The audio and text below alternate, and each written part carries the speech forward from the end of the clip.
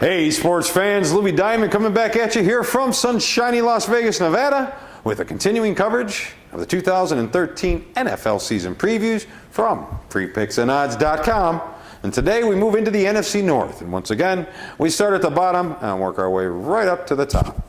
Last place this year will be the Chicago Bears. Now many of you know I don't like putting my money on Jay Cutler just because he's pretty much been inconsistent. Now in his defense, since he's been a Bear, he's got a new GM, a new head coach, a new offensive coordinator, receivers, offensive line. And all that has done is led him to one postseason game and a highest quarterback rating of 88.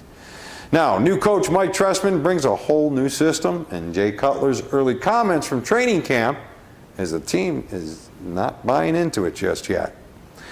So speculation is that Lovie Smith was dismissed for his lack of use with Matt Forte, which makes me believe that Trestman's choice of drafting offensive lineman Kyle Long, Howie's son, as their first-round pick shows me that he knows where the weakness is with the Chicago Bears. The Bears D was top 10 in every category last year. Obviously, losing Urlacher is definitely going to be a little bit of a hit to them, but they still have the talent to stay within the top 10. Looks to me like the Bears are going to start out awfully rocky this season, but I do believe that Trestman will turn out to be a quality head coach who's already had some proven success in coaching quarterbacks. Jay Cutler, the clock is on. I think the time is going to run out. Bears 7-9 straight up against the number, 8-8. Coming in third place is going to be the Green Bay Packers. That's right, the Green Bay Packers. Now listen, offensively, it's hard to complain about a team that scores 27 points a game, but there's definitely some room for improvement here. The offensive line was ranked 31st in pass protection in 2012, and despite their 11-5 record, Rodgers was sacked 51 times last year, up 36 from the year before. The Packers' answer is a four-position shift on the offensive line. A little confusing. I may be wrong, but I think that shifting around last year's linemen, instead of making changes with those linemen, means that things aren't really going to change. And it gets even scarier if you look at the depth behind those starters. Now, an injury or two on that line, and this offense could go dormant. They brought in a couple backs to fight for a job to relieve some of that pressure that Rodgers has been getting. But there's definitely nothing there to back your money with.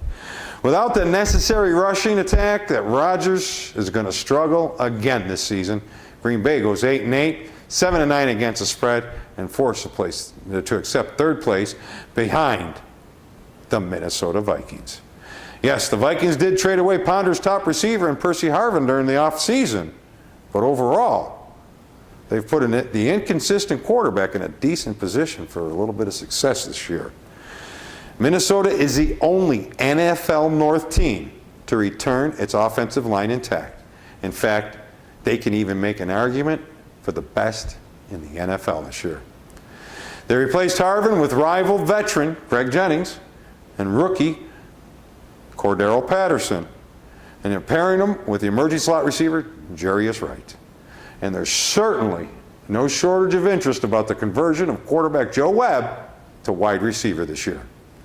So Ponder, he has some legitimate targets. Let's not forget, the Vikings do boast the game's best running back with an entire offense entering its third season in the same scheme.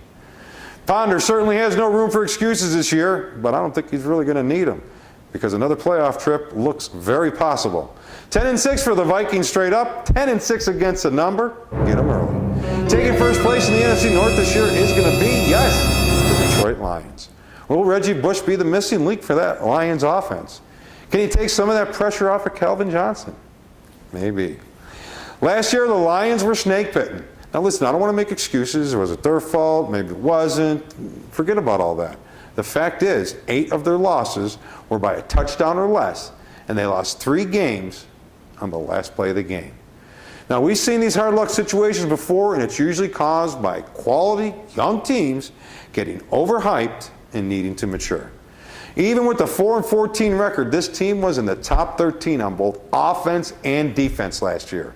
The nucleus is not only still intact, but it's been upgraded on both sides of the ball. Bush on offense And then on defense, the addition of Jones and Ndajane on the outside are going to be real scary, because I'm saying Sue and Fairleigh will take their game to the next level, the level we've been waiting for. Watch out for this defense this year. Watch out for this offense. I see a much more focused and matured fourth quarter team this season, which will lead the Detroit Lions to the NFC North title and beyond. Detroit 12-4 this year straight up, 10-6 against the number, because they're going to catch up to when people are onto it. Don't forget, if you're looking for some solid plays this season, just text the word FREEWINNER. Text it to 902.